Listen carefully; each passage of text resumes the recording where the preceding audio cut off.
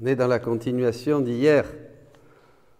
Mais hier, c'était sur le contenu du message, où Jésus disait « Ne vous inquiétez pas, maintenant que vous allez prêcher la divine volonté, ça sera la même chose qu'au début quand on a prêché la résurrection. Vous serez persécutés, il y aura des doutes, il y en aura qui mettront des freins, etc. » Voilà, nous entrons maintenant dans une époque nouvelle. Mais en fait, bon, c'est un message pour tout le monde.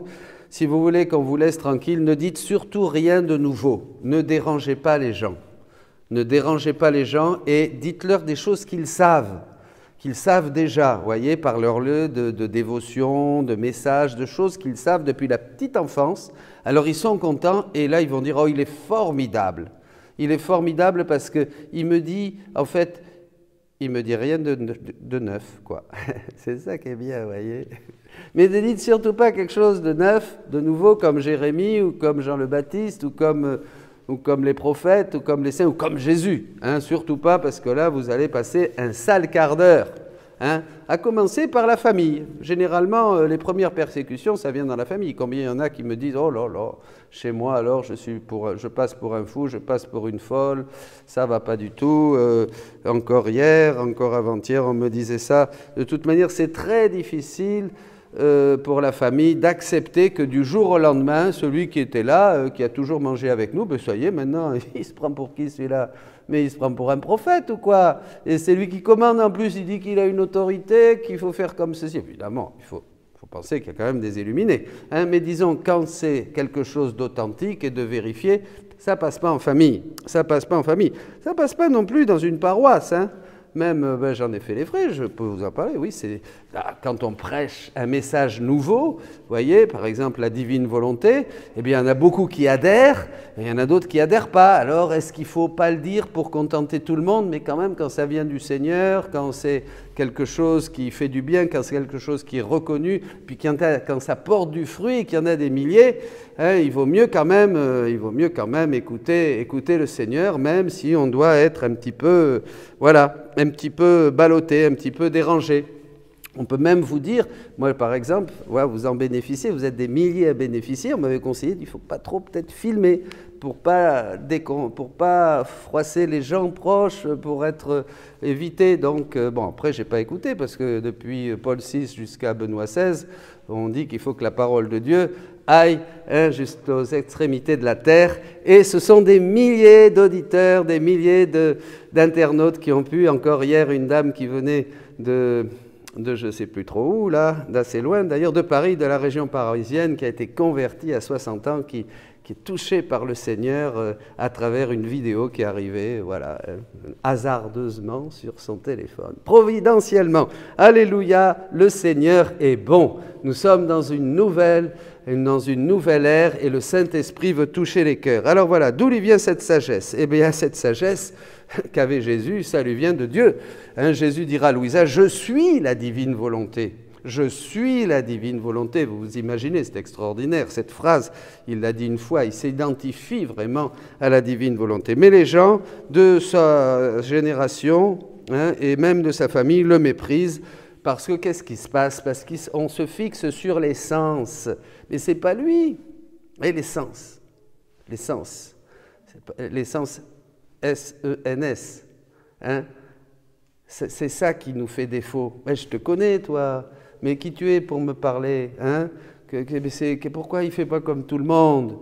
Hein? Ben oui, ben évidemment, celui qui est porteur d'un message prophétique, ça ne lui appartient pas. Donc c'est le Seigneur qui part derrière, boum, boum, boum, hein? Le fait parler. C'est pas facile. Mais s'il se tait, malheur à moi.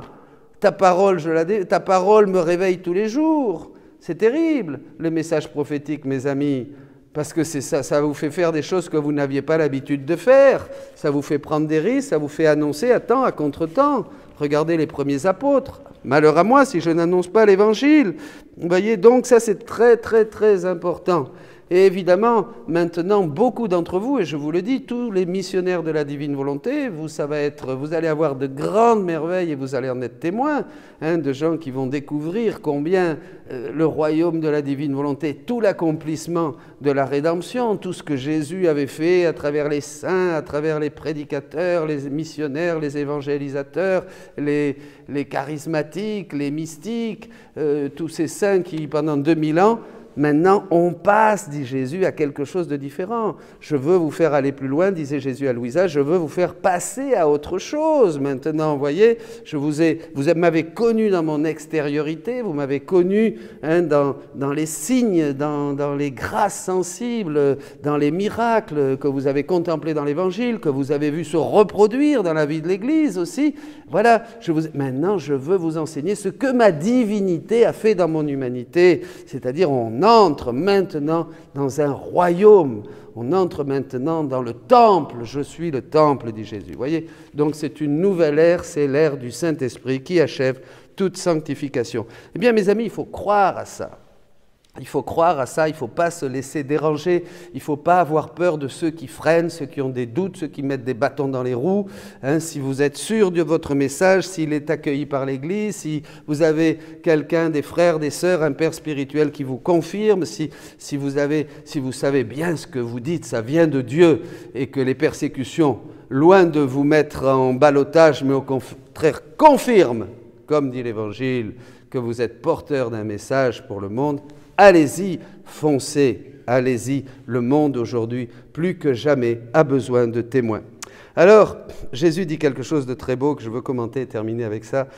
Louisa, le 9 janvier 1904, il dit que tout est écrit dans le cœur de ceux qui croient, qui espèrent et qui aiment. Tout est écrit dans le cœur de ceux qui croient. Ce matin, je me sentais tout opprimé parce que Monseigneur, l'évêque, était venu me visiter et il avait dit que qu'il n'était pas certain que c'était Jésus-Christ qui opérait en moi. Quand c'est un évêque qui vient vous voir et qui vous dit ça, ça fout la pétoche. Tu te remets drôlement en question. Moi, j'espère que ça ne va pas m'arriver parce que alors là, vous ne me voyez plus pendant une semaine. Ah ben, ça fait peur. Imaginez la pauvre femme. Bon, alors, qu'est-ce qui se passe? Lorsque Jésus béni est venu, il m'a dit, ma fille, écoutez bien, pour bien comprendre un sujet, il est nécessaire d'avoir la foi. Hier, nous avons vu que pour bien comprendre le message de la divine volonté, Jésus dit qu'il faut profondément entrer, mastiquer, méditer, aimer d'abord les paroles du livre du ciel. Ça, c'est très important. Tous ceux qui ne lisent pas ou qui, d'une manière superficielle comme ça, ne font que entendre d'une oreille légère, c'est ceux-là, très souvent, qui vont être les détracteurs du message. Parce que comme il n'est pas rentré profondément en eux, eh bien, ça les embête, et une forme de petite jalousie aussi, ça les embête que d'autres disent « Ah, moi j'ai été béni, ah, moi c'était super, oh, ça a transformé ma vie. » Alors voilà, c'est comme ça, c'est comme ça, vous savez. Bon, alors ma fille, pour bien comprendre un sujet, il est nécessaire d'avoir la foi. Parce que sans la foi, tout est sombre dans l'intelligence humaine. Extraordinaire. Alors que le seul fait de croire allume une lumière dans l'esprit. Je n'avais d'autre lumière que la foi qui brillait dans mon cœur. Saint Jean de la Croix. Je n'avais d'autre lumière que la foi qui brillait dans mon cœur. Ô nuit obscure. Au moyen de cette lumière, on peut percevoir clairement la vérité ou la fausseté des choses. Discernement spirituel, Saint Ignace de Loyola que nous fêtons. La foi, la lumière de la foi nous permet tout de suite de sentir si c'est vrai, si c'est pas vrai. Exercez votre foi, croyez, aimez, espérez, exercez votre foi. Et tout de suite, on sent les choses. On sent quelqu'un qui déraille, on sent quelqu'un, c'est pas très juste. On sent qu'il est là dans ce petit discours, c'est pas net. On le sent. Il faut une pratique de foi, vous voyez. Il y a une pratique de foi. Et puis si on se plante, eh ben, tout de suite aussi on le sent. Vous voyez? Et le Seigneur se charge de nous le faire sentir. Vous savez, Dieu parle toujours à ses amis les prophètes. Si vous êtes dans une onction prophétique, ne vous inquiétez pas, le Seigneur va vous parler, il l'a dit. Il révèle tout d'abord à ses amis les prophètes. Pourquoi? Parce que le prophète est un intime de Dieu. Ce sont les gens superficiels qui disent des bêtises. Mais celui qui vient vraiment plonger en Dieu, il sait qui c'est, c'est Jésus. Comprenez? Et oui, bien sûr, alors ça c'est très beau. Voilà, au moyen de cette lumière, on peut percevoir clairement la vérité ou la fausseté des choses pour discerner si c'est la grâce qui opère, la nature ou le diable. C'est facile. Les trois. Jésus reprend la tradition là. Les trois ennemis de l'âme. Ben, deux là, il y a le monde aussi. Bon, ben le monde. Hein, mais là, il y a, qui sait, ben, où ça vient de la grâce, je ne peux pas me tromper, ça vient de la grâce. Où ça vient de ma nature, la nature généralement, ça revient, c'est pénible, on sent que c'est le poids, c'est nous quoi, c'est nous, c'est le moi, c'est mon moi. Vous voyez, c'est ma nature, mon caractère, là je suis bourrique, je suis têtu, là je cherche à faire ça, on le sent.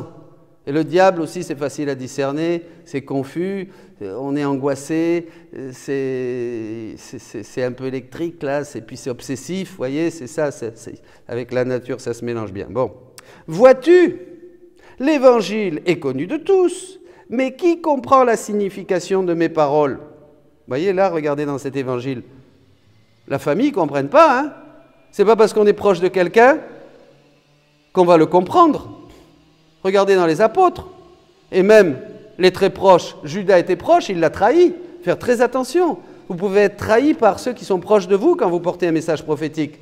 Mais bien sûr, et vous n'avez jamais eu ça, tout le monde va bien, vous êtes dans une communauté, vous êtes dans une paroisse, ça travaille, et puis tout d'un coup, ça on a vu ça je ne sais pas combien de fois, tout d'un coup, dans le cercle intime, voyez, de ceux qui dirigent la communauté, paf, se lève quelqu'un et il part en croisade et il n'est plus d'accord. Et il va se plaindre à l'évêque, et il va se plaindre au curé, il va se plaindre ou je ne sais pas où. Ça vous est pas arrivé ça? Ça arrive partout. C'est très fréquent ça. De tout d'un coup, il y a quelqu'un, voyez, c'est comme dans les évangiles, comme dans beaucoup de choses, même c'est arrivé dans l'histoire de Pierre, de Paul, des premiers apôtres, hein, c'était pareil. Hein. Et dans l'histoire des saints, n'en parlons pas. Tout d'un coup, hein, voilà. Qui comprend les vérités que contient l'Évangile? Qui comprend les vérités que l'Évangile contient? Qui conserve ces vérités dans son cœur et en fait un trésor pour acheter le royaume de Dieu? Alors là, j'aime beaucoup ça. Parce que, vous voyez, les vérités de l'Évangile, gardées, méditées dans notre cœur, nous font conquérir le royaume de Dieu, le royaume de la divine volonté. C'est toujours pareil. Comme disait Jésus, la rédemption est au service du royaume de la divine volonté, bien sûr. Jésus a tout fait, a tout accompli dans l'Évangile pour que maintenant nous en donnons tous les fruits, c'est-à-dire nous faire entrer dans le royaume de la divine volonté à travers ce qu'il nous donne, à travers tout ce qu'il nous partage dans les écrits de Louisa. Voilà. Ceux qui croient, c'est eux qui vont acheter, qui vont entrer dans le royaume de la divine volonté, dans le royaume des cieux. Pour les autres, non seulement ils ne comprennent rien, écoutez bien, pour demander à Dieu de ne pas faire partie de ce groupe, mais ils s'en servent pour s'en moquer, pour freiner, pour mettre des bâtons dans les roues, on peut rajouter, pour s'en moquer et pour plaisanter sur les choses les plus saintes. Ne donnez pas à vos perles au pourceau, dira Jésus. Vous parlez de choses belles, grandes et tout ça, on va vous dire « Ah mais non, mais ça je connais, ça c'est pas ça ». Ouais, vous avez des gens, les gens du bof, le groupe des bofs, le groupe de ceux qui ne sont pas dans une onction prophétique. Voilà, ainsi on peut dire que tout est écrit dans le cœur de ceux qui croient, qui espèrent et qui aiment. Pour les autres, on peut dire que rien n'est écrit pour eux. C'est fort, rien n'est écrit pour eux, dit Jésus. Il est né ainsi de toi. Celui qui possède un peu de foi voit les choses avec clarté et découvre la vérité. Celui qui a la foi, il découvre, il a le sens de Dieu. Il a le sens de Dieu, c'est inscrit en lui, il a l'onction, il n'a pas besoin qu'on l'enseigne, dira Saint Jean, parce qu'il a le témoin intérieur qui te fait sentir, c'est la foi. Vous voyez? Moi je me souviens quand je suis rentré dans cette église en Australie, j'étais bouddhiste, j'étais hindouiste, j'étais ésotériste, j'étais tout ce qu'on voulait. Je vous passe les autres détails. Et quand je suis rentré, j'ai vu l'église, je suis rentré dans l'église par hasard, en plein nord de l'Australie, là sur la côte, dans le désert, j'ai vu une croix, un tabernacle. Je me suis dit, ça c'est la vérité. Pas de livre, pas de prédication, pas de message. Intérieurement, je savais que ça c'était le chemin, la vérité et la vie, et que j'avais trouvé le trésor. Je suis ressorti, ça y est, j'étais catho. Vous voyez ça? Et oui, bien sûr, on sait, voyez, on sait, on découvre, on a une certitude intérieure. Celui qui ne croit pas voit les choses dans sa confusion, dans sa propre confusion, dit Jésus. Celui qui ne croit pas, il voit les choses, mais vous savez, c'est un puzzle. Il voit un peu, il croit un peu, il est un peu d'accord avec un tel, il est aussi un peu d'accord avec un tel. Mais il écoute aussi ce que dit machin, et puis là, alors, il est là. Ce sont des gens qui n'ont rien à vous dire, qui n'ont pas de message, qui sont mélangés, qui sont confondus. Faut les aider, bien sûr. Faut les aider, mais quelquefois, ils ne se laissent pas aider. Ils ne se laissent pas aider. Parce que pour se laisser aider, il faut être humble. C'est là où le bas blesse, évidemment. Il faut être petit. Ah, béni sois-tu, Père, d'avoir caché ces choses aux sages et aux savants et de les révéler. Alors, si vous êtes dans la confusion, eh bien, demandez l'humilité, demandez la petitesse et dites, Seigneur, surtout s'il y a quelqu'un qui a un message prophétique pour moi qui va me faire grandir, entrer dans ton royaume, ne permets pas que ma bêtise ferme mon cœur et que je puisse l'ouvrir de tout mon cœur. Et si vous êtes déjà dans une belle onction et que vous êtes déjà prophète et missionnaire de Jésus-Christ, missionnaire du royaume de la divine volonté aussi, eh bien allez-y, n'ayez pas peur. Vous serez persécutés, ils ont persécuté vos ancêtres, ils les ont matraqués, ils ont tué les prophètes, mais vous inquiétez pas, continuez. Aujourd'hui, le monde a besoin de gens qui ont cette même autorité que Jésus-Christ, cette même sagesse que Jésus-Christ. Et Jésus nous donne tout dans le royaume de la divine volonté. Il a besoin de nous. Sa joie à lui, c'est que nous fassions connaître ce ciel qui est ouvert et ces anges de Dieu qui descendent maintenant pour nous bénir, nous transformer, nous diviniser par toutes les connaissances, toutes les merveilles, tous les trésors que Dieu nous donne, tout pour nous embellir, pour nous faire vraiment à sa ressemblance, à son image et à sa ressemblance. Soyez bénis.